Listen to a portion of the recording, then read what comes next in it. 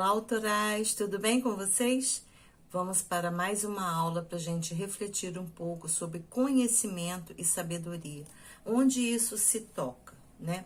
Então, a gente precisa entender que existem 3 níveis de assimilação. Existe o conhecimento, depois um segundo nível, que é a compreensão, e um terceiro nível, que é a sabedoria. Então, num caminho espiritual, nós começamos muitas vezes querendo conhecimento. Nós queremos entender as coisas, nós queremos saber todas as coisas. E o conhecimento, por si só, né, ele já nos ajuda, ele já nos coloca no caminho.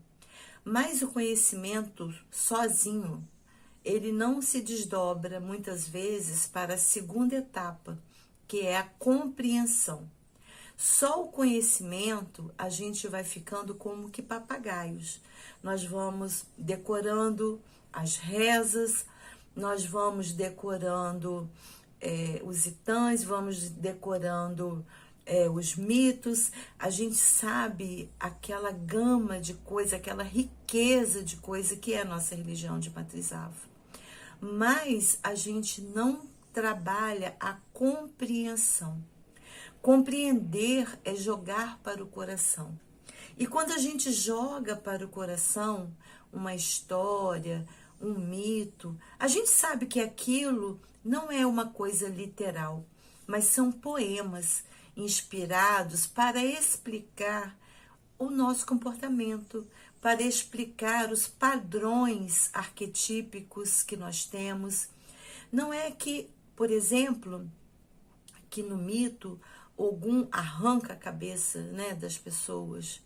Não poderia ser literal, porque seria um absurdo cultuar, né, um ser, né, cruel que arranca as cabeças das pessoas, né? Então, qual o sentido disso? Como eu posso compreender isso? Né? Que Ogum, que é essa coragem, ele separa o corpo da cabeça, sendo a cabeça o lugar que pensa, o lugar que decide caminhar, o lugar que escolhe os caminhos, e sendo o corpo, né, aquele instrumento que vai andar, que vai caminhar. Mas a cabeça precisa comandar o corpo, a cabeça precisa fazer o corpo sair do lugar. Não adianta, por exemplo, ficar pensando em 1000 coisas e não fazer nada. Então, seria uma compreensão dessa história, né, desse mito que conhecemos, que fala de um padrão nosso, que fala de um padrão da gente ficar pensando 1000 coisas e não consegue realizar, pensando 1000 coisas e não consegue fazer nada. Então, chegamos a uma compreensão, por exemplo. Nós adquirimos o conhecimento, nós conhecemos o mito e a história, a gente sabe que não é literal, a gente sabe que aquilo está explicando um padrão.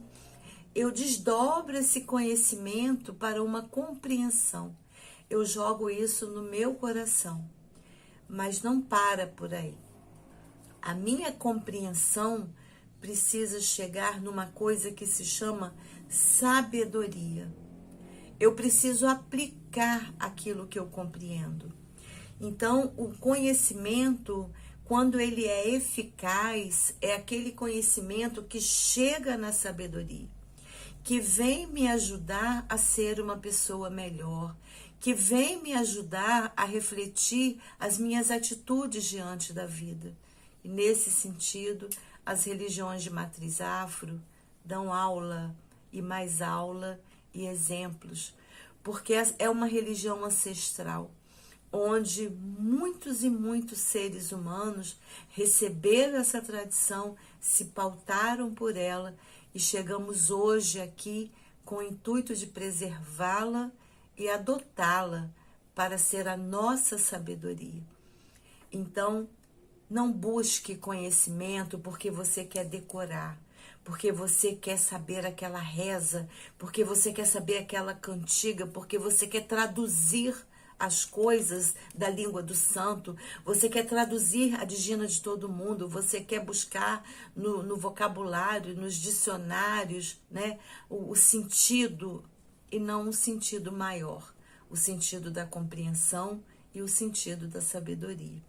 Fica aqui uma dica para você que tem diante de você tanto material de candomblé para pesquisar, tantos livros, tantos dicionários, tantas teses de mestrado, doutorado, de pós publicadas.